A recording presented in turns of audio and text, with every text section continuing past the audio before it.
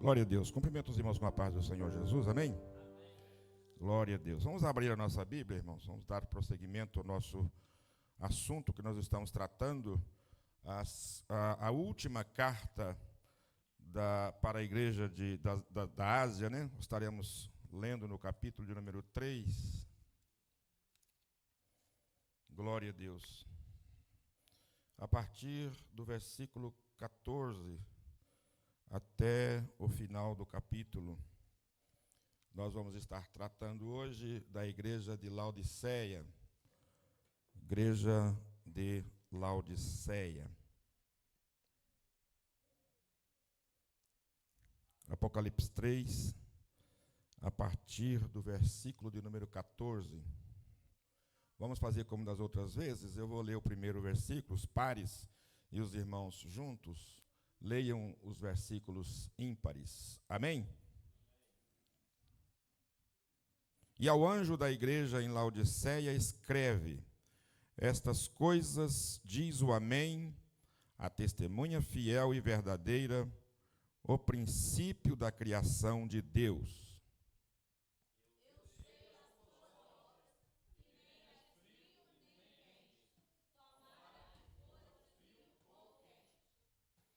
Verso de número 16 diz assim: assim porque és morno e nem és quente, nem frio, estou a ponto de vomitar-te da minha boca.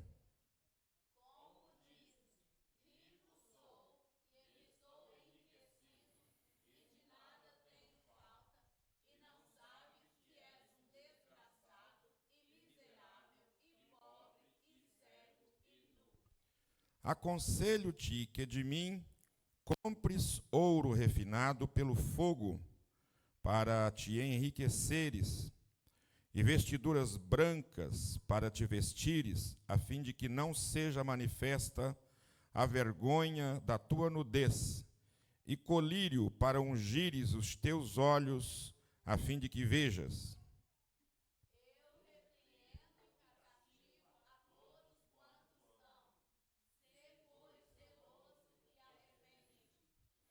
Eis que eu estou à porta e bato. Se alguém ouvir a minha voz e abrir a porta, entrarei em sua casa e cearei com ele e ele comigo.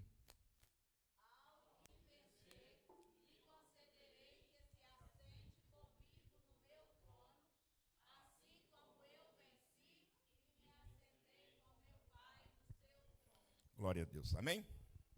Amém, meus irmãos?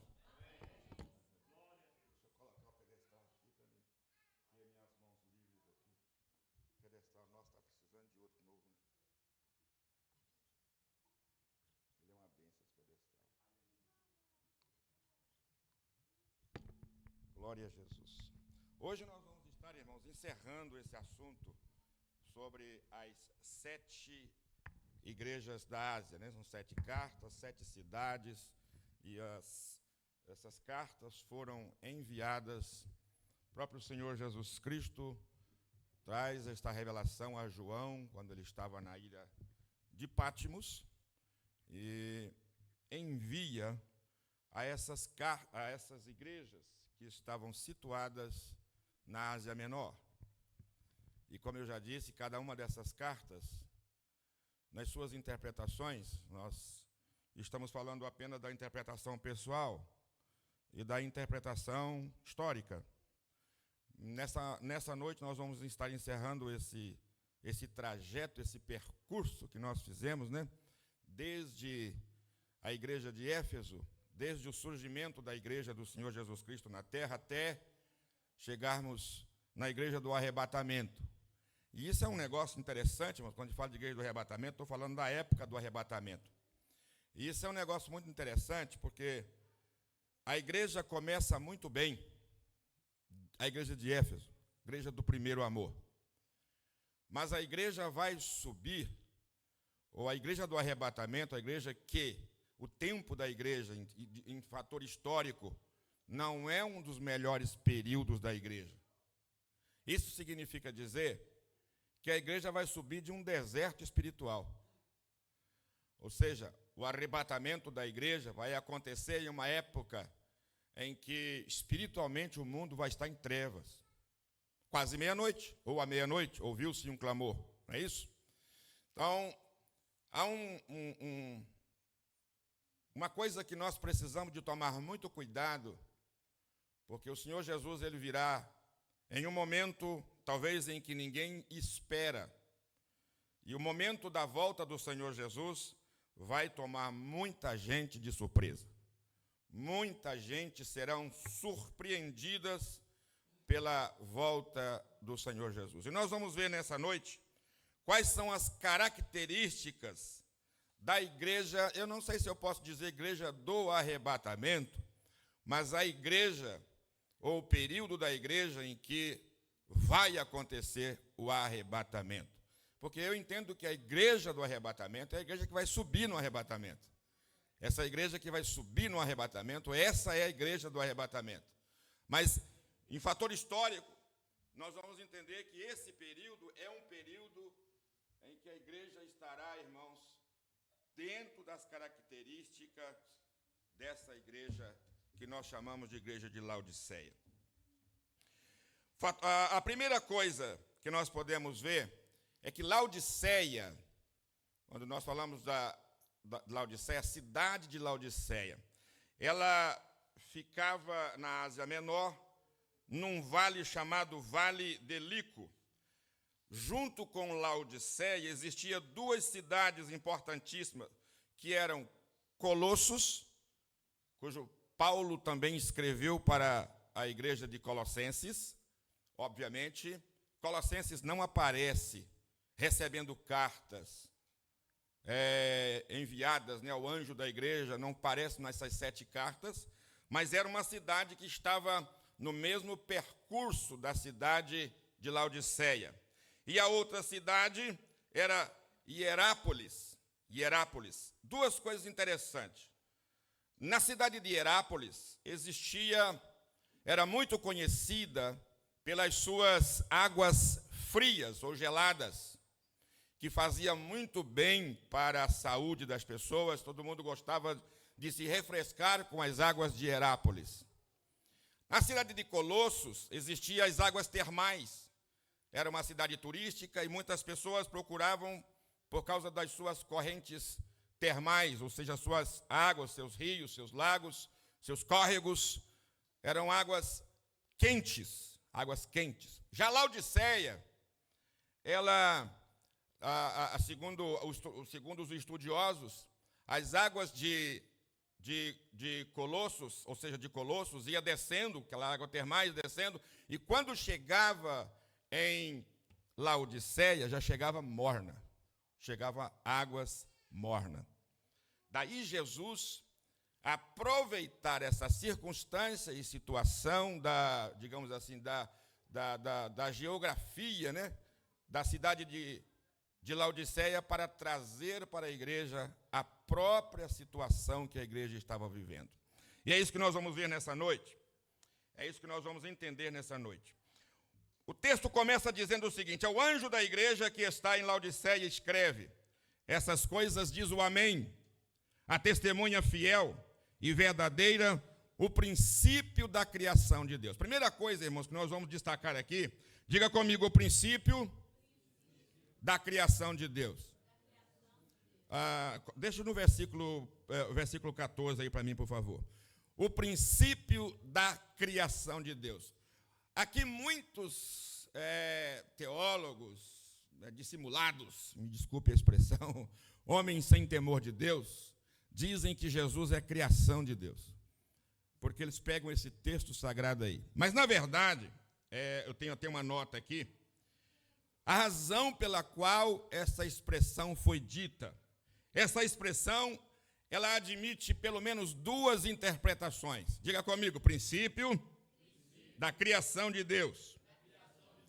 Olha, no sentido passivo, nós podemos dizer que Jesus foi o primeiro criado, quando nós olhamos para Jesus homem, ok? Quando nós olhamos para o Jesus homem, ele nasce e ele é o primeiro homem perfeito. Sim ou não?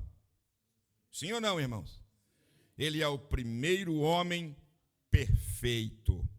Mas isso não significa dizer que Jesus é um ser criado, quando ele é visto como Deus. Eu não sei se os irmãos, é claro que os irmãos sabem que nós cremos, nós, a Assembleia de Deus, e os cristãos verdadeiros acreditam que Jesus tem 100% homem e 100% Deus. Tem não, ele é 100% homem e 100% Deus. Quando eu olho para Jesus 100% homem, ele nasceu de uma mulher. Foi predito, foi profetizado, foi prometido, lá em Gênesis. E ele nasceu de uma mulher. Ele veio, ele surgiu, ele nasceu, portanto, daí a expressão criação de Deus. Mas quando eu olho para o Jesus antes de Abraão, quando eu olho para Jesus como Deus, ele é desde a eternidade passada e vai até a eternidade futura, se é que a gente pode dizer de passado e futuro na eternidade. Mas o fato é que na questão ativa, Jesus Cristo é a origem, ele é a fonte da criação e ele não é um ser criado. Você pode dar glória a Deus? Jesus não é um ser criado, ele, muito pelo contrário, ele criou todas as coisas. Oh, louvado seja Deus. A Bíblia diz que sem ele, nada do que foi feito se fez. Diga para o seu irmão, Jesus é a fonte criativa. Aleluia. É ele que criou você, é ele que fez todas as coisas, ele é o Deus do universo, ele é o Rei dos reis, ele é o Senhor dos senhores, é ele quem criou todas as coisas que existem neste mundo e fora dele. Tudo foi criado por Deus. Portanto, não se deixe enganar por aqueles que dizem que Jesus é uma criação de Deus, né? Essas pessoas que ficam por aí dizendo isso, que Jesus é criação de Deus, não. Jesus não é criatura, ele é o próprio Criador. Você quer ver? Abre a sua Bíblia aí, João, capítulo 1, Evangelho de João. Evangelho de João. Vamos lá, isso. Vamos ler junto aí, irmão. Vamos lá, 1, 2, 3. Lá está no telão ali, vamos lá, 1, 2, 3.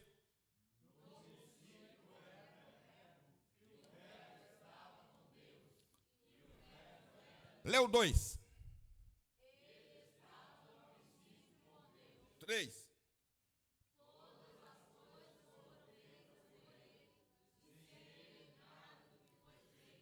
Volta no versículo 2. Presta atenção no que você vai ler. Vamos lá, 1, 2, 3. Ele estava no princípio com Deus. Bom, se há um princípio, há tanto para Deus como para Jesus. Deu para você entender? Se há um princípio, Deus está nele, como Jesus também está. Então Jesus não é criado, Jesus não é criado, ele é criador. Se Deus é criador, Jesus é também. Se Jesus é criador, porque ele estava no princípio. E a expressão princípio aqui, irmãos, essa expressão princípio aqui, como é que eu poderia explicar isso para os irmãos? Essa expressão princípio aqui é uma linguagem, digamos assim, humana, para a gente entender começo. Porque a minha mente humana não é capaz de assimilar a eternidade passada. Eu não consigo achar uma palavra para me descrever uma coisa que não começou. Amém? Ou você consegue? Se você consegue, me dá uma explicação, é que eu quero aprender. Como é que eu vou descrever uma coisa que não tem começo? A minha mente não entende, eu preciso partir de um ponto. Só que eu sou humano, Deus não é. Como disse o pastor, um certo pastor, que o nosso Deus não é gente. O nosso Deus é Deus. Então, se ele, Jesus, ele ali com E maiúsculo, está se referindo volta o verso primeiro, no princípio era o verbo, e o verbo estava com Deus, e o verbo era Deus. Verbo ali é logos. Logos é palavra, portanto, palavra aqui é o próprio Senhor Jesus Cristo. É a expressão. Ai, isso é lindo demais. Vamos lá em Hebreus, vamos lá, isso é lindo demais. Hebreus capítulo 3. Capítulo 1 de Hebreus, por favor, vamos lá. Capítulo 1 de Hebreus. Joga para o verso 3, deixa eu ver se é o verso 3. Isso. Olha aí. Vamos lá, 1, 2, 3.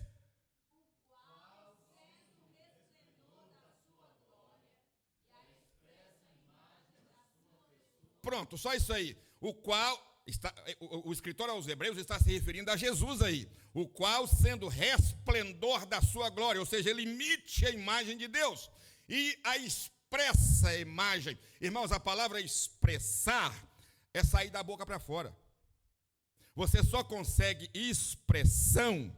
Claro que você pode usar uma expressão corporal. É claro que você pode usar uma expressão de maneira até com aceno, né? Expressão corporal. Mas o texto aqui, ele é claro em afirmar que essa expressa imagem da sua pessoa está se referindo ao Messias, ao Cristo, ao Senhor Jesus, no qual, que é o Logos. Deixa eu te falar. Se você traduz, claro que nós traduzimos Logos para palavra, de onde sai a palavra quando você abre a boca? Do seu interior, não é?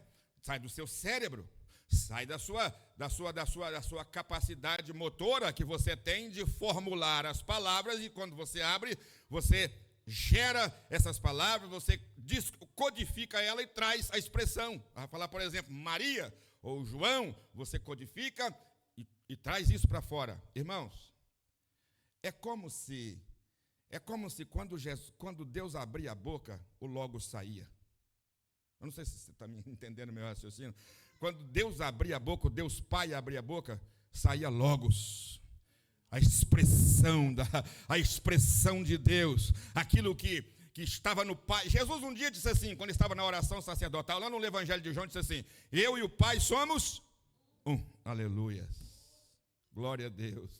Louvado seja Deus. Eu e o Pai, nós somos um. Não há nenhum pensamento, nenhuma maneira de nós crermos que Jesus é um ser criado. Ele é Deus. Ele é Deus. Jesus é Deus.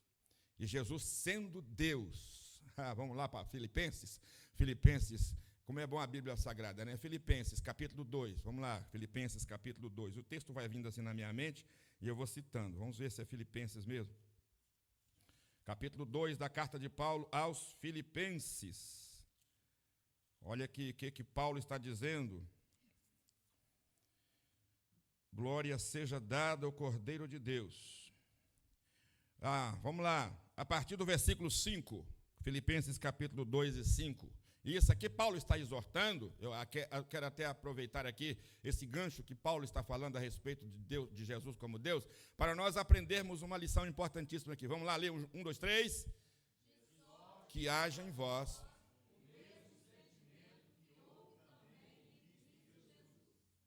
Pode ir lendo, pode ir lendo.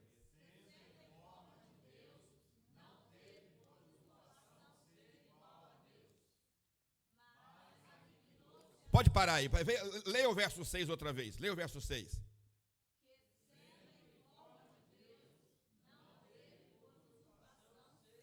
Preste atenção no que Paulo está dizendo. Quando Paulo está se referindo a essa expressão aí, sendo em forma de Deus, ele estava se referindo a Jesus como homem na terra. Quando Jesus não teve por usurpação ser igual a Deus. Porque Jesus é Deus. Sim ou não? Ele é Deus. Mas aqui ele toma forma humana. Se você continuar lendo aí nos versículos seguintes, você vai perceber que Jesus tomou a figura humana, ele se tornou homem. Mas ele, se tornando homem, fazendo-se semelhante aos homens, aniquilou-se a si mesmo. Aí Paulo, volta no 6 de novo, Paulo está dando essa explicação. Sendo em forma de Deus, ele não teve usurpação de ser igual a Deus. Isso não diminui Jesus. Muito pelo contrário, isso mostra que realmente ele desce na terra, o Emanuel, aleluias, que traduzido é Deus conosco. Emanuel, Deus conosco, ele veio aqui em forma humana para pegar você e fazer ser imagem dele.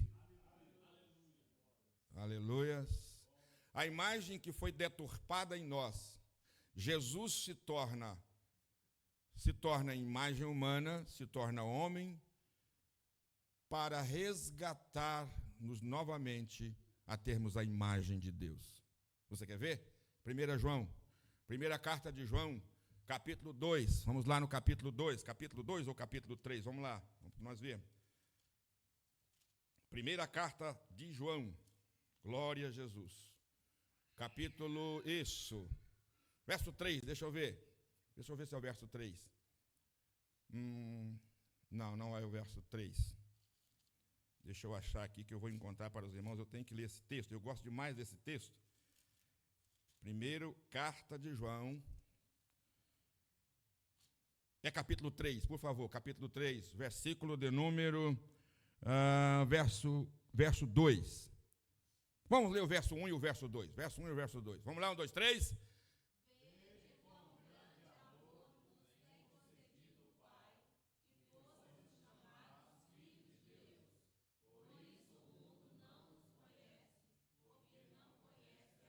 Verso 2.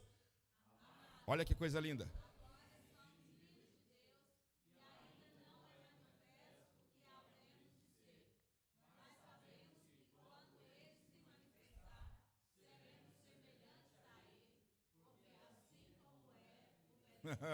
Olha que coisa linda, irmãos. Nós seremos semelhantes a Ele. Ora, você não entendeu. Se nós seremos semelhantes a Ele, que é Jesus, consequentemente seremos semelhantes a Deus. Você pode compreender isso?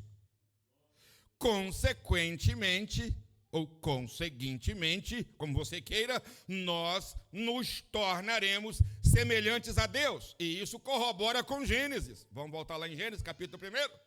É texto bíblico. É Bíblia, nós estamos aqui estudando a Bíblia, sim ou não? Gênesis, capítulo 1. Oh, aleluias. Verso 27.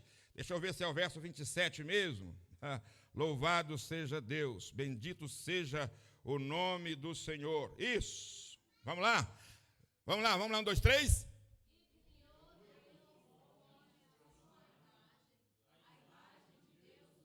Uau. Glória a Deus. Macho e fêmea, criação de Deus, foram feitos imagem de Deus. Irmãos, o homem é imagem de Deus. Mas essa imagem foi deturpada com a queda do homem no Éden. Mas Jesus foi na cruz. O segundo Adão deturpou a imagem de Deus. O primeiro Adão deturpou a imagem de Deus. O segundo Adão, que é Jesus Cristo, voltou para nós a imagem do nosso Senhor, do nosso Deus na nossa vida. Você é a imagem de Deus, você é representante de Deus. Quando alguém olha para você, está vendo Deus na sua vida. Se não está vendo, deveria estar vendo. Aleluia. Você pode adorar o Senhor nessa noite? Glória a Deus, glória a Deus. Bom, também, né, já provamos por A mais B que Jesus é Deus, amém? Bom, segunda coisa, irmãos, que nós podemos ver, Jesus é o princípio da criação. Você quer ver? Mas vamos mais aqui. João capítulo 8, versículo 24. João capítulo 8, Evangelho de João capítulo 8, versículo 24. Vamos ver se realmente ele é. Por isso vos disse. Vamos ler lá, 1, 2, 3.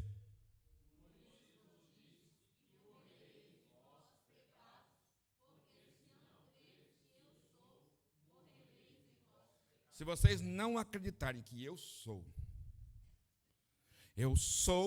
é uma expressão que só Deus usa, ninguém mais usa. Se vocês não acreditarem que eu sou, amém?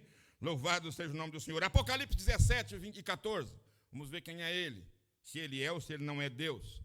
Apocalipse 17, o verso 14, vamos lá, 1, 2, 3.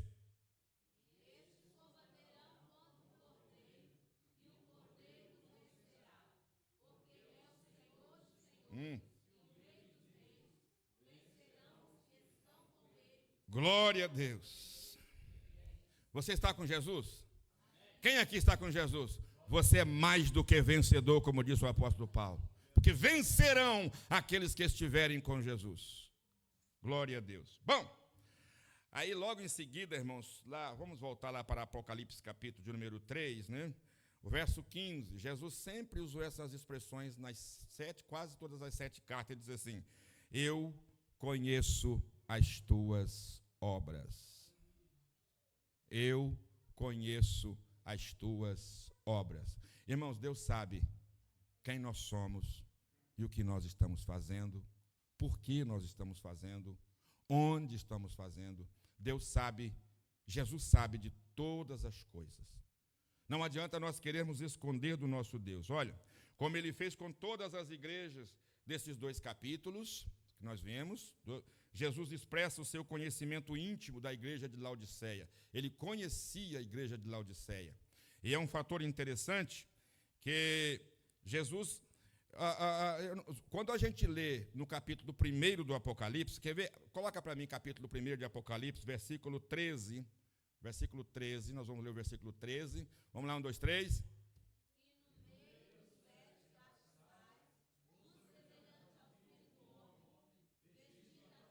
Ó.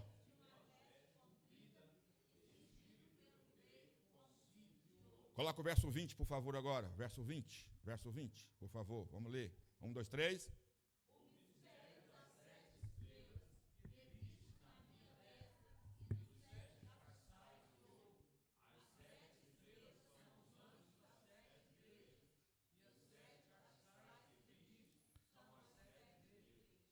Você está vendo? As 7 estrelas, aonde ele andava no meio dos 7 estrelas, dos 7 castiçais de ouro, o mistério dos 7 estrelas que viste na minha destra e dos 7 castiçais de ouro, são as igrejas. Isso significa dizer que essa igreja de Laodiceia, apesar de estar com a capacidade espiritual ruim, Jesus ainda andava, Jesus ainda estava por ali. Eu glorifico a Deus, irmãos, eu glorifico a Deus que Deus não abandona aqueles a quem Ele chama. Oh, aleluia. Você pode estar fraco, fracassado, você pode estar fracassado espiritualmente, você pode estar da forma que você estiver. O Senhor fica ali, rodeando, né? Procurando uma porta para Ele entrar. E lá no verso 20, que nós lemos, ele diz assim: eis que eu estou à porta e bato. Isso significa, eu não vou sair de perto de você, vou ficar perto. Lembra quando ele chamou Caim? Caim, o que está acontecendo com você, rapaz? O que foi? Olha, eu gosto de você também, estou parafraseando aqui.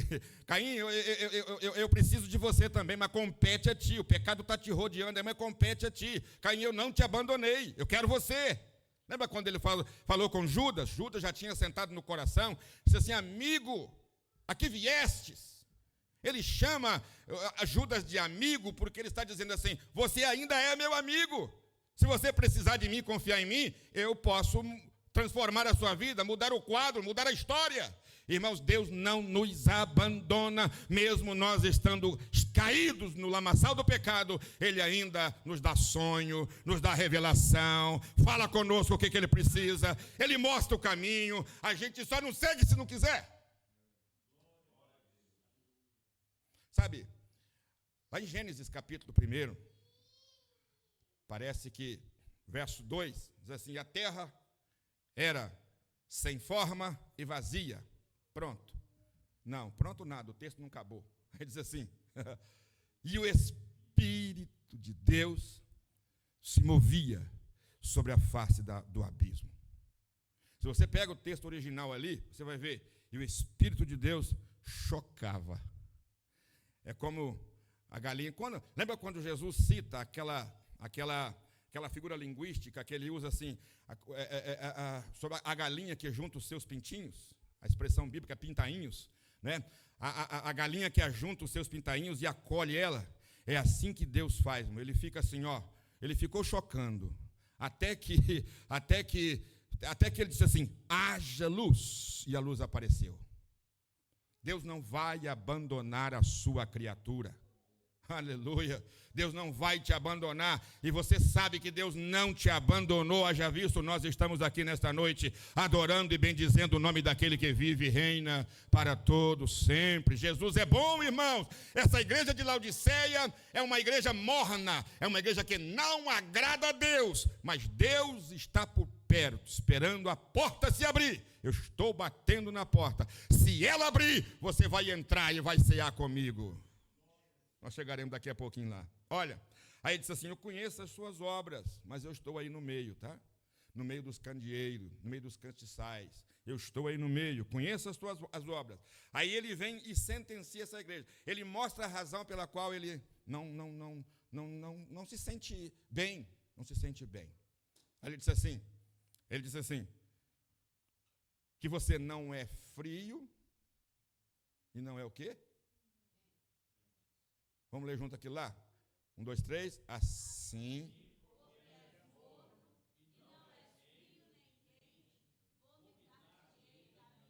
Coloca o verso 15, deixa eu ver se é o verso 15. O verso 15, esse aí. Vamos lá, 1, 2, 3.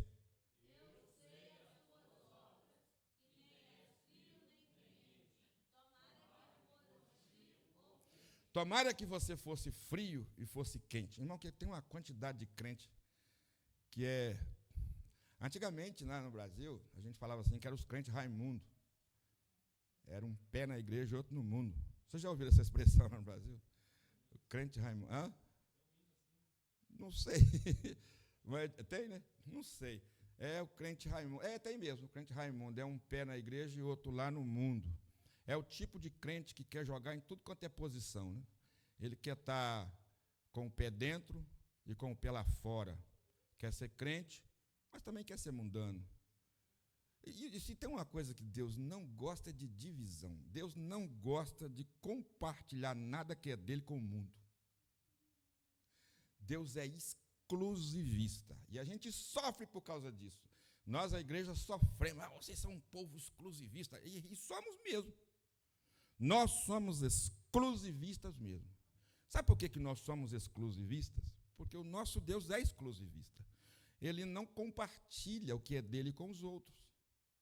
Sabe por quê? Ele pagou um preço muito alto por mim. Você acha que ele vai dividir eu com o mundo? Não. Eu sou dele. Você é dele. Isso aqui é prova disso? 1 João, que você conhece esse texto sagrado, vamos só citar ele aqui. 1 João, capítulo 2, não é mesmo? Verso 9. Capítulo 2, verso 9 da primeira carta de João. Vamos lá. 1 João. Não é esse texto, não. 1 Pedro, 1 Pedro. 1 Pedro, capítulo 2, verso 9. Vamos lá, é isso aí. Vamos lá, 1, 2, 3.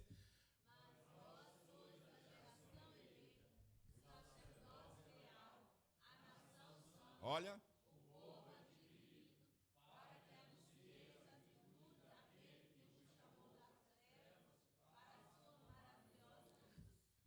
Povo adquirido. Como é que você adquire um patrimônio? Comprando. Você adquire um patrimônio comprando. Tem um preço. Aí, digamos assim, você compra uma fazenda e fala com o outro assim, ó, pode vir para cá, que ela é nossa. Colocar o nome de todo mundo aqui. Ninguém faz isso. Ninguém faz isso. Deus é exclusivista. Ele pagou um preço. E sabe de uma coisa? Você não valia o preço que ele pagou. Eu não valia o preço que ele pagou. O preço que ele pagou foi a própria vida dele. Ele precisa valorizar. É por isso que Paulo, escrevendo aos Coríntios, se eu não me engano, no capítulo 3 ou capítulo 6, não me foge a memória, ele disse assim, não sabeis vós que o Espírito de Deus que habita em vós tem ciúme? Viu? Não sabeis que o Espírito tem ciúme? Irmãos, você pertence a Deus. Nação santa, povo adquirido, sacerdócio real, geração eleita. Para quê? Para anunciar as virtudes de Jesus. As virtudes de Jesus. Daquele que vos chamou das trevas para a maravilhosa luz. Daí, o Senhor Jesus não querer frio ou quente, ou seja, ele não quer morno, ele quer o frio ou quente. É melhor o frio do que o morno, irmão. O frio, você toma água fria, bem geladinha, né, no calor, não é tão legal, né? Você toma aquela água. Você bebe uma água quente, se pôr açúcar, fica água doce, né? Mas é melhor do que aquele trem morno. Já tomou aquela coisa morna? Aquela coisa morna que nem é quente e nem é frio. Jesus disse assim, o texto que nós lemos aqui, é que essa qualidade de temperatura na água causa náuseas. Irmãos, tem crente na igreja, olha, irmãos, estou falando em tese, tá? Por favor, não estou me referindo a ninguém. Não estou aqui me direcionando a ninguém, estou direcionando a todos. Amém? Eu não estou falando para, o pastor está falando para alguém. Não estou falando para alguém, estou falando para todo mundo, inclusive para mim. Amém? Inclusive, estou falando para todo mundo, é a palavra de Deus que está dizendo. Tem uma quantidade de crente na igreja que está causando náusea em Cristo? Tem. Se não tivesse o texto, pode voltar lá para Apocalipse, se não tivesse, Jesus não mandaria escrever isso aí. A igreja de Laodiceia, em termos históricos, ela começa no ano de 1900. 1900 para cá, e eu não sei se os irmãos vão concordar comigo, de uns 50 anos para cá, irmãos, surgiu uma quantidade de crente diferente, que na verdade só tem nome de crente. Eu estava vendo agora lá em casa lá um desses reels, né? Desses vídeos pequenos que parece, não dá vergonha na gente de ver o que as pessoas fazem com o evangelho. O que eles fazem com o evangelho? Dá vergonha na gente. Eu falei com a minha esposa assim, meu Deus, a gente tem que ter muita graça de Deus para continuar pregando. Porque o povo está, desculpe a minha expressão, está sacaneando o evangelho. O povo está fazendo uma baderna com o evangelho, ou seja, com o evangelho não, em nome do evangelho. Mas o evangelho é puro, o evangelho é bênção, o evangelho é a palavra de Deus, é o poder de Deus. Quando Paulo escreve aos Romanos no capítulo 1, verso 16, é o poder de Deus para a salvação de todo aquele que nele crê. Evangelho é poder, evangelho não é meio econômico, evangelho não é moeda de troca, evangelho não é produto da fé. Não, irmão, evangelho é salvífico, é transformador, evangelho é aquele que purifica, é aquele que limpa, evangelho é aquele que traz salvação, traz alegria na nossa alma.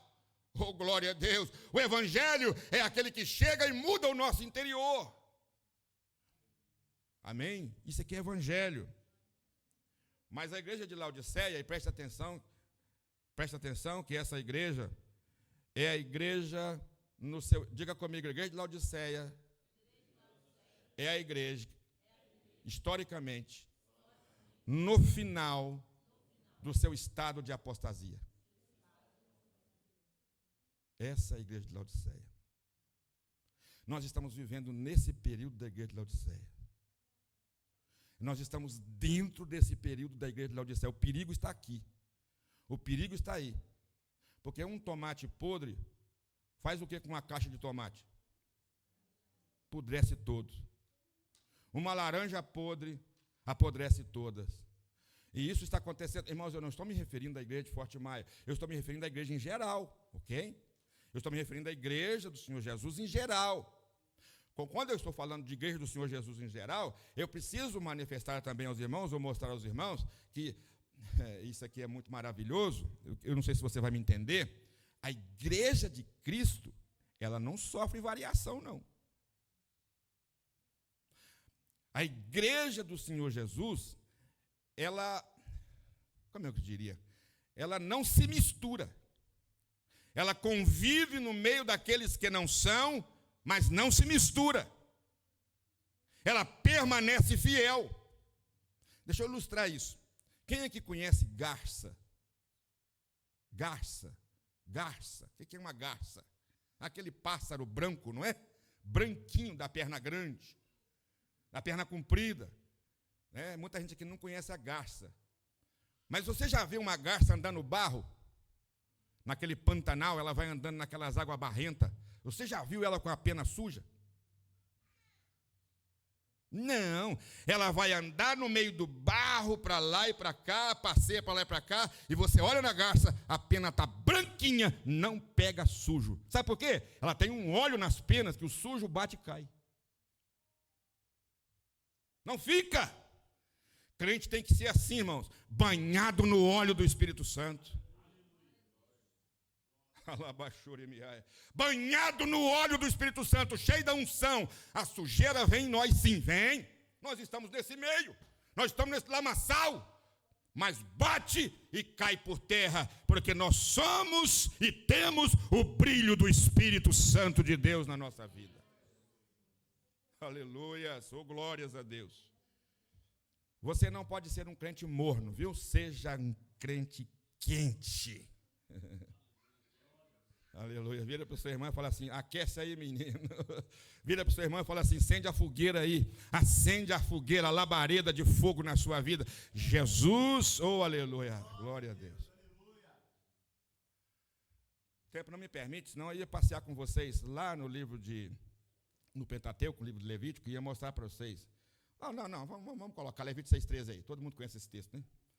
Levítico 6,13. Outro texto bonito, gente. Vamos lá, 1, 2, 3.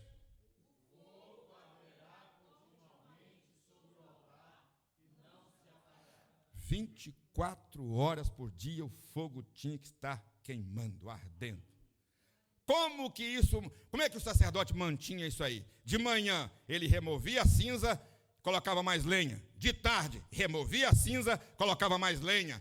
De manhã removia a cinza, colocava mais lenha. De tarde colocava mais lenha. De manhã colocava mais lenha. Irmãos, crente precisa ler a Bíblia de manhã, de tarde, de noite, orar de manhã e à tarde e à noite. Você precisa colocar lenha no seu altar constantemente para o fogo não apagar. Se o fogo não apaga, o fogão vai estar sempre quente. Amém? Se o fogo não se apagar, vai estar constantemente quente. Isso agrada a Deus? Quente. Agora, não é com fogo estranho, não, tá? Como Nadab e Abiú fizeram. Não é com fogo do altar de Deus. Bom, por que você é tão morno? Eu estou a ponto de vomitar. Irmãos, olha, sabe o que isso aqui é interessante. Eu já estou caminhando para o encerramento. Isso aqui é interessante. O porquê que Laodiceia... Olha, irmão, Laodiceia era rico. A cidade de Laodiceia produzia uma espécie de uma lã preta, né, das suas ovelhas negras, então produzia uma lã preta. Era uma cidade de muito ouro, uma cidade rica. E Jesus fala assim: olha, tu és rico. Era uma cidade que produzia colírio com plantas medicinais. Era uma cidade bem abençoada, produzia tudo isso. E eles se diziam, era uma cidade que alguns historiadores dizem que era uma cidade bancária, onde existia bancos monetários, onde que as pessoas depositavam, os ricos fazendeiros depositavam seus dinheiros. E Jesus diz assim: olha, tu dizes, eu sou rico, abastado, não me falta nada, não é isso que está escrito no texto? Não me falta nada. Olha, mas aí Jesus disse assim: mas não sabes que és miserável, pobre, cego, nu e desgraçado. Olha a qualidade da igreja de Laodiceia. Olha, rico sou, estou enriquecido, não tenho falta de nada. Mas você não sabe que és desgraçado, miserável, pobre, cego e nu. Olha a característica principal da igreja que está vivendo nos últimos momentos da igreja. Aí, Jesus disse assim: porventura, quando voltar o Filho do Homem, achará o quê? Você acha que essa igreja tinha fé? Você acha que essa igreja de Laodiceia era uma igreja de fé? Ela era uma igreja autossuficiente, orgulhosa. Não tenho falta de nada, sou rico. Era uma igreja orgulhosa, uma igreja autossuficiente. A igreja da mídia. Uau! A igreja dos milhões de visualizações. Você pensa que aquelas igrejinhas lá do interior das Minas Gerais, do estado do Mato Grosso, lá do fundo daquelas ribeirinhas, você pensa que aquelas igrejas têm mídias sociais avassaladoras? Não, tem lá um celularzinho que passa e joga daqui e dali. Mas, irmãos, mas o poder de Deus ali é grande. Nós hoje estamos alcançando milhões, graças a Deus, e precisamos mesmo. Mas nós não podemos bater no peito e achar que nós somos os tais, porque temos uma vozinha a mais. Às vezes nós temos muita tecnologia, muita pompa, muito aparato, mas pouco poder. Pouco poder. Pouco poder. Lembra daqueles 2 discípulos chegando no templo na hora da oração da Porta Formosa? Eles tinham acabado de sair do cenáculo, cheio, oh glória a Deus, estavam até na tampa do Espírito Santo, cheios da glória, quente, fervorosos, haviam saído, e eles chegam e vão indo para onde? Para o templo, fazer o quê? Orar, subindo para o templo na hora da oração, estava indo orar, e o cego, dá uma esmola. Pedro olha e disse assim, olha, eu não tenho prata, nós não temos prata e nem ouro, mas o que eu tenho, isso eu te dou. Não tenho prata, não tenho ouro, mas eu tenho poder para dizer para você, em nome de Jesus Cristo, levanta e anda.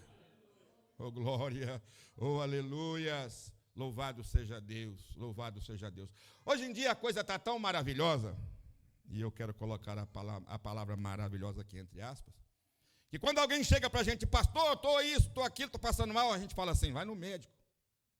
É ou não é? Vai no médico, irmão, tem médico para tudo. Hoje em dia tem médico até para abrir a cabeça do sujeito e consertar os fiozinhos lá, né, as sinapses. Muda tudo. A ciência multiplicou. Não é exatamente rico sou. Não tenho falta de nada. A gente não tem falta de nada, irmão.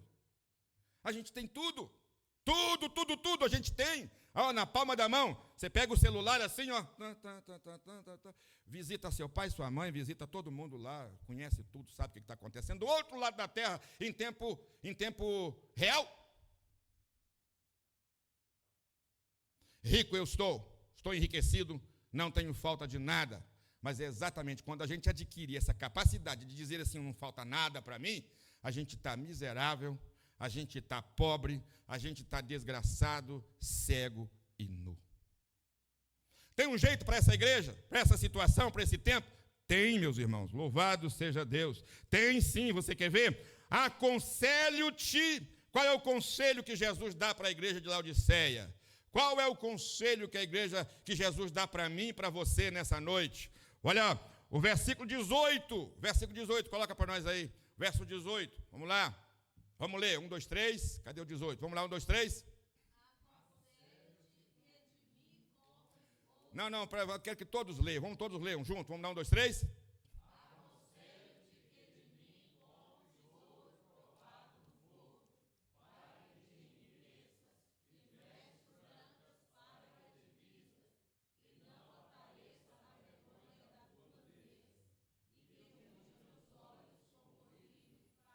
Olha que coisa linda, irmãos. Tem uma saída, né? Para essa igreja, tem uma saída. Eu não disse que Jesus não abandona, ele sempre diz assim, olha, venha aqui comprar.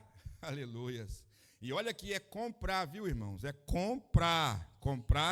Para comprar tem que ter dinheiro, para comprar tem que pagar o preço. Para comprar tem que pagar o preço. Não adianta você deitar na rede, balangar para lá e para cá, estou falando isso no sentido espiritual, e ficar para lá e para cá e falar assim, Jesus, me dá colírio aí, Jesus, me dá roupa branca aí. Não, você tem que ir buscar, você tem que pagar o preço, você tem que fazer alguma coisa para você adquirir isso aí. Aconselho, Jesus poderia dizer assim, aconselho que você venha aqui buscar, ou aconselho para você ficar esperando aí que eu vou levar para você. Vou levar para você, levar o quê? Eu vou levar para você ouro, eu vou levar para você vestes brancas. Não, compre, você precisa comprar. Irmão, olha aqui para mim, igreja do Deus vivo, nós precisamos comprar, nesse momento em que nós estamos vivendo, comprar ouro provado pelo fogo, porque o ouro que nós temos é aparência. Você já viu ouro de tolo? Já ouviu falar no ouro de tolo? Pesquisa lá na internet, você vai ver. Ouro de tolo. Parece ouro, só é amarelo, mas não é. E a gente fica achando que é. Jesus está dizendo, olha, esse ouro que vocês têm aí não é provado pelo fogo. Compre de mim ouro provado pelo fogo. Eu trabalhei em Tabira, quem aqui conhece Tabira? Itabira, Itabira abençoada. Itabira é um local em Minas Gerais, irmãos, é onde que desce todo o minério que é transportado para a Europa e a Ásia inteira. E lá tem montanhas e montanhas de minério de ferro, cujos minérios de ferro, no meio dele, quando se explode uma montanha, eu morei lá 1 ano e eu pude ver isso, pude ver pessoalmente, com os meus próprios olhos. Quando se explode uma montanha para poder explorar o minério, aparece aproximadamente 30% a 35% de ouro nas montanhas. 30% a 35% de ouro nas montanhas, que aí, às vezes, fecha de soldados para vigiar, porque o que tem de gente querendo entrar para poder pegar aquelas pepitas, aqueles pedacinhos. Então, ouro, é muito ouro. Sabe o que eles fazem na cidade de Itabira? Você conhece o cadeado, não é? Cadeado. Eles serram o cadeado, dá aquele pozinho, serram o cadeado, enche os vidrinhos, aqueles vidrinhos brancos de serra de cadeado e vende como ouro. Muita gente que é boba, né? Não tem o material para poder, testar. Aí o sujeito tem uma lábia, esses vendedores de ouros, que não é ouro, de cadeado, né, de cobre, eles têm uma lábia, o sujeito compra quando vai ver, cadeado cerrado. Mas aqui, irmãos, e tem muito crente hoje, irmão, cheio de ouro, que na verdade não é ouro, é cadeado cerrado. Isso acontecia em Itabira, acontece até hoje. Na Serra Pelada também acontecia isso. Serra Pelada lá para aqueles cantos de Maranhão, também acontecia isso. Nós precisamos ter cuidado para saber se o que nós temos realmente é ouro, provado pelo fogo, ou se a gente está sendo enganado. A gente acha que é e não é. É por isso que Jesus disse, você diz, estou rico, mas é pobre, porque o sujeito está achando que aquilo que ele tem é ouro, e na verdade não é. Aí quando ele vai ser testado, não passa no teste. Você fica pobre. Meus irmãos, aí Jesus diz, compre de mim ouro, e o ouro que eu tenho é legítimo, é provado pelo fogo. Compre de mim, eu tenho para vender. Jesus não disse assim, eu tenho para dar, não, eu tenho para vender, tá? Compra. Você precisa comprar, não é para dar, não. Alguém que acha que se quer de graça, vai ficar pobre. Vai continuar pobre. Compre de mim. Não compra de outro, não. É dele, Jesus. Só ele tem para vender ouro provado no fogo. Oh, glória, oh, glória. E esse ouro, quando ele te der, que seja o mínimo possível, você se torna rico, porque o ouro que Jeová dá é ouro verdadeiro. É riqueza verdadeira. Aí ele vai mais e diz assim, olha, vestes brancas. Vestiduras brancas significa justiça. Irmãos, nós não somos justos, mas nós somos justificados. Ser justo é uma coisa, ser justificado é outra. Olha, nós somos justificados, e nós só vamos ser justificados se a gente comprar a roupa branca de Jesus.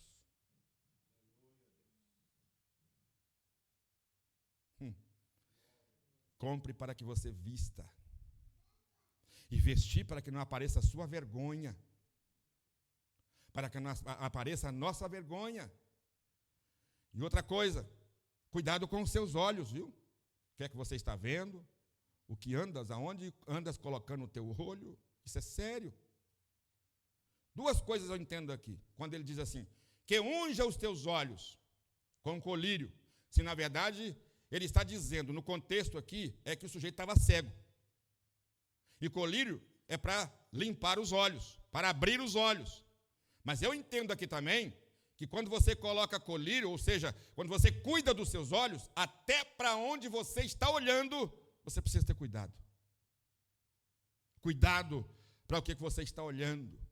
Cuidado para o que você está vendo. Você precisa de colírio para que os seus olhos sejam abertos no sentido espiritual e você possa contemplar as maravilhas da lei do Senhor. E segundo, e em último lugar, irmãos, coloca para nós, é esse texto aí mesmo, né? Para que unja os teus olhos com colírio. Para que você, a cada dia mais, irmãos, seja purificado. Aí o versículo 19, já estou encerrando, ele diz assim: eu repreendo, vamos ler junto, vamos lá, 1, 2, 3.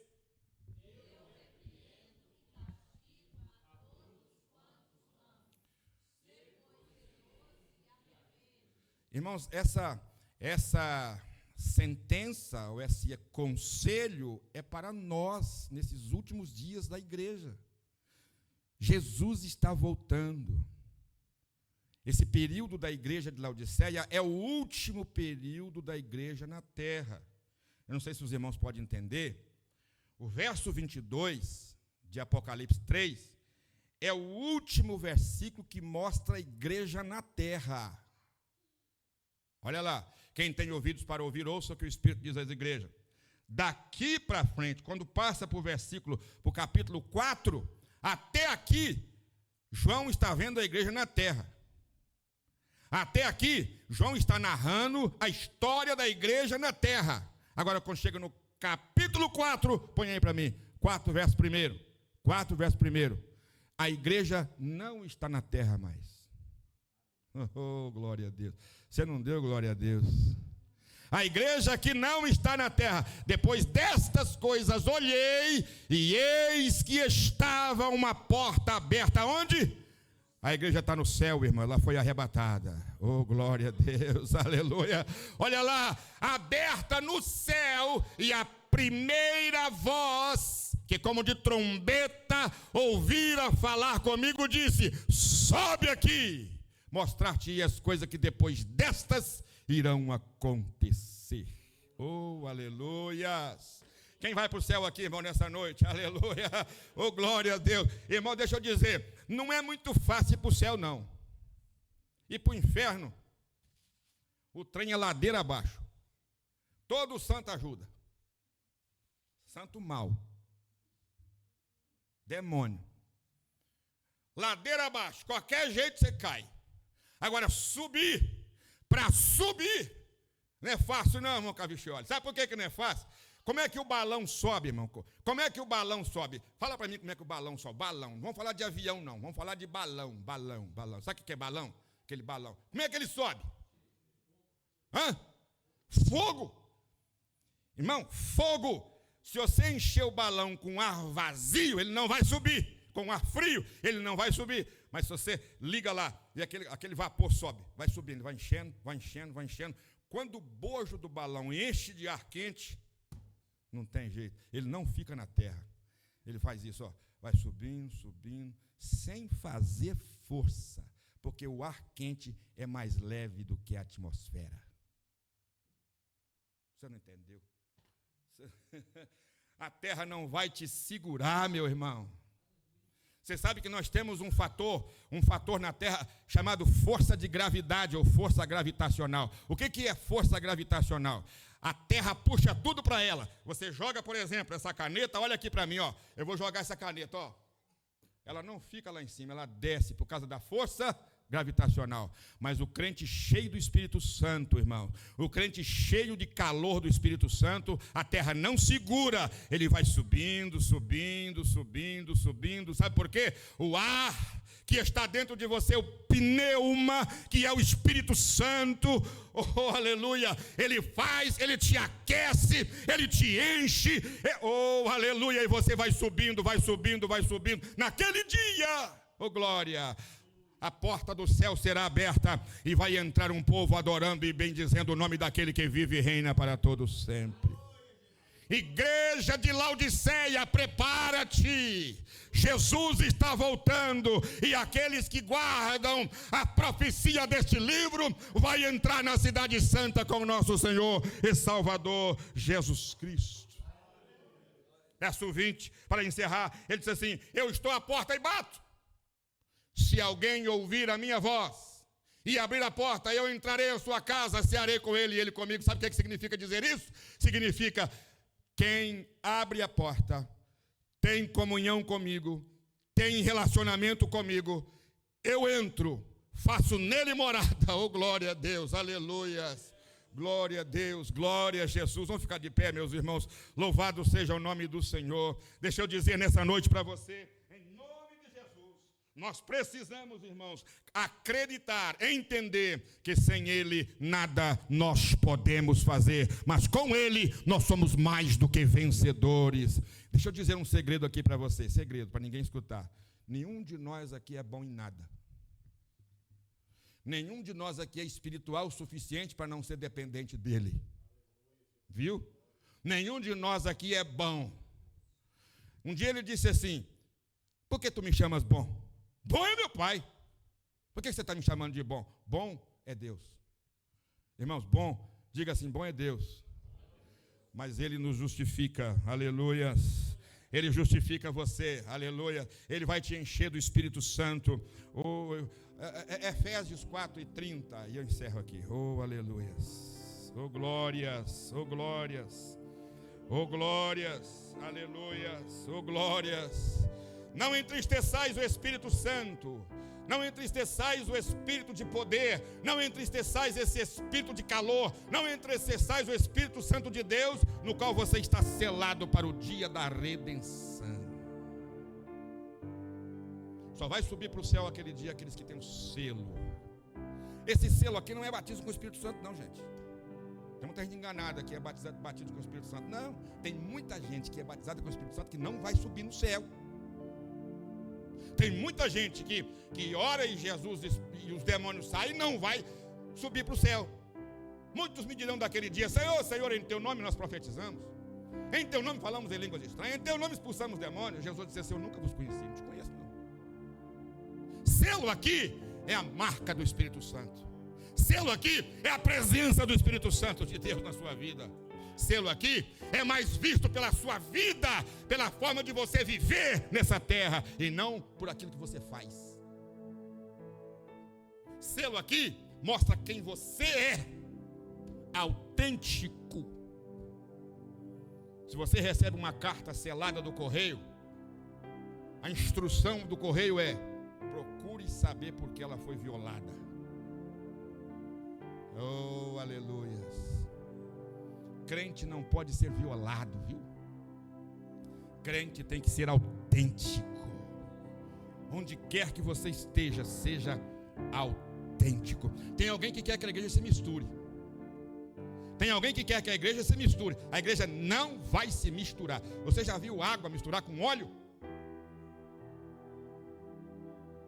There is no way. Não dá para misturar a água com óleo. Se você tem água e você coloca o óleo na água, o óleo desce ou fica embaixo? Ele fica embaixo ou sobe? Sobe, óleo sobe. Óleo não é de baixo, óleo é de cima. Pega um copo d'água na sua casa e joga óleo lá dentro, você vê se ele não vai subir. Bate lá e sobe, ele fica por cima. Ele fica por cima. Põe numa garrafa, sacode, sacode, sacode, sacode, de forma que ele mistura todo. Ele não vai se misturar, fica um monte de óleozinho granulado. Aí você põe de lá, eles vão juntando um no outro, juntando e subindo. Oh, glória a Deus, oh, aleluia. Louvado seja o nome do Senhor Jesus, irmãos. Óleo é o Espírito Santo de Deus, ele é o azeite. Oh, glória. Então não entristeça esse Espírito Santo, seja cheio. Glória a Deus, glória a Deus. Você sabe como é que Deus gosta de crente? Dentro da botija de óleo. Afogado lá dentro. Afogado lá dentro assim, ó. Lá dentro, afogado. Deixar só a pontinha do nariz para fora para respirar. Mas se você quiser, for mais corajoso, funda e deixa. Eu estou falando por parábola, tá, irmão? Você entenda. Deixa o óleo entrar até no seu nariz, que ele pega por dentro e por fora. Mas seja crente. Seja crente. No meio dessa geração corrompida e perversa, quem tem ouvidos ouça o que o Espírito diz à igreja. Ao vencedor, volta lá para mim, fazendo um favor, verso 21. E agora eu encerro mesmo, estou falando que vou encerrar 3 vezes, a terceira vez, né? Verso 21, capítulo 3 de Apocalipse. Vamos lá, 1, 2, 3. Ao que vencer,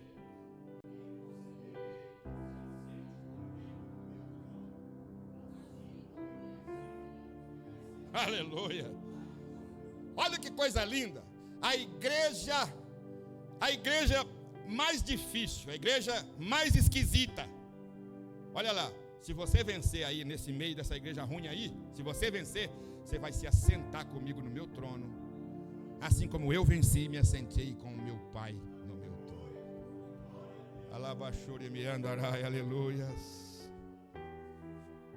Quanto maior a luta, maior é a vitória. Quanto maior a dificuldade, maior é o prêmio que você recebe. Oh, irmãos, eu não sei como é que vai ser isso. Eu disse aqui na escola dominical domingo, eu não sei como é que vai ser esse negócio de você sentar no trono não. Mas que eu estou doidinho para sentar lá, eu estou. Mas você já sentou em algum trono, Jonathan? Eu também não sei como é que é isso. Eu não sei como é que é isso, mas olha a promessa. Isso é uma das 7 promessas para a igreja. Ao que vencer, vai se assentar comigo no meu trono. Você sabe o que é isso? Jesus vai dominar lá em Jerusalém, na Nova Jerusalém. O reino dele vai ser implantado na terra. E a alcunha dele é Rei dos Reis e Senhor dos Senhores. Ele é Rei dos Reis. Eu vou assentar no trono com o Rei dos Reis.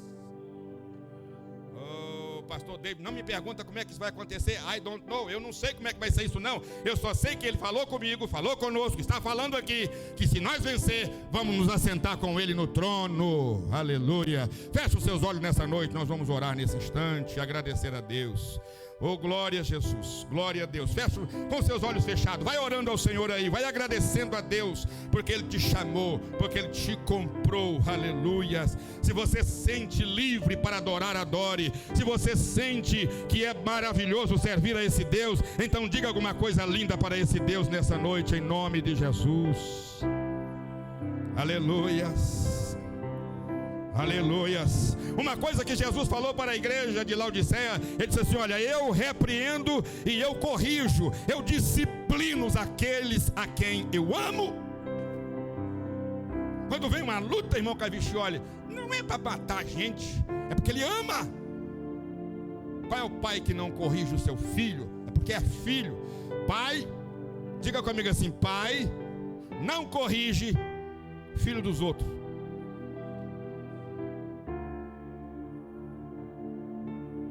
Pai não corrige o filho dos outros, corrige o filho dele. Corrige o filho dele. Correção paterna, viu, irmãos? Correção paterna. Filho dele, que ele corrige o filho dele. Então, se você está sofrendo correção, fique em paz, é porque ele te ama. Se eu estou sofrendo correção, devo ficar em paz, é porque ele olha para mim e diz: eu não quero te perder, meu filho. Oh, glórias a Deus. Oh, aleluia. É o verso 19 que ele diz assim: eu corrijo. Aleluias. É interessante, preste atenção. Todos os versículos da igreja que foi enviada à igreja de Laodiceia, você não vai ver Jesus chamando a atenção dessa igreja por questões morais. Você não vai ver. Lá não tinha pecado de adultério. Não tinha esse tipo de pecado, não. De pecado de imoralidade não tinha. Na igreja de Laodiceia não tinha esse tipo de pecado, não. Sabe qual era o pecado que Deus não gostou lá? Orgulho. O orgulho inchado. Aqueles... Meu Deus do céu. Você já viu aquele sabão bem gogozão? Ele não... é isso que trouxe ira no Senhor Jesus. Ira entre aspas. Ele não gostou, foi disso. Orgulho. Você está dizendo que você é rico? Vou mostrar para você quem é você. Aí ele mostra o perfil da igreja de Laodiceia. Nada que compare com a igreja de Filadélfia, né? Nada. Mas tanto a Filadélfia, Éfeso, Esmirna, Tiatira, Sardes, Pérgamo e Laodiceia, todas elas é alvo do amor de Deus. Oh, aleluias. Glória a Deus. Vamos orar, meus irmãos. Aleluias. Glória a Jesus. Oracalamashandarai. Aleluias. Eu me sinto bem nesta noite, irmãos. Eu estou encerrando aqui essas 7 cartas, essa série desses estudos. Mas eu sei que o Senhor falou no nosso coração durante esses dias. Amém? Senhor, nosso Deus e nosso querido Pai, eu quero glorificar a Ti, adorar ao Senhor porque o Senhor é bom e o Senhor tem nos despertado a cada dia. Oh glória, oh aleluia. O Senhor tem despertado a igreja, a cada um de nós, para que nós possamos viver na sua presença.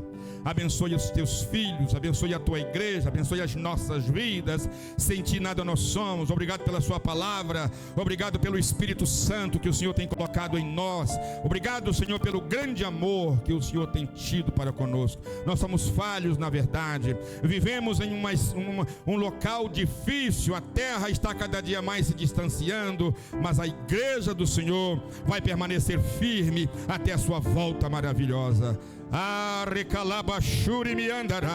Enche esta casa, enche os teus filhos, enche o teu povo, enche do teu espírito, renova-nos a cada manhã, para que nós possamos viver uma vida que venha agradar a ti, no meio de uma geração totalmente corrompida e distante das tuas verdades. Pai, dá força aos teus filhos para resistir às tentações e manter-se na sua presença, pregando a sua palavra e manifestando a tua glória no meio desta geração corrupta. Pai, nós te damos graças e oramos em nome de Jesus.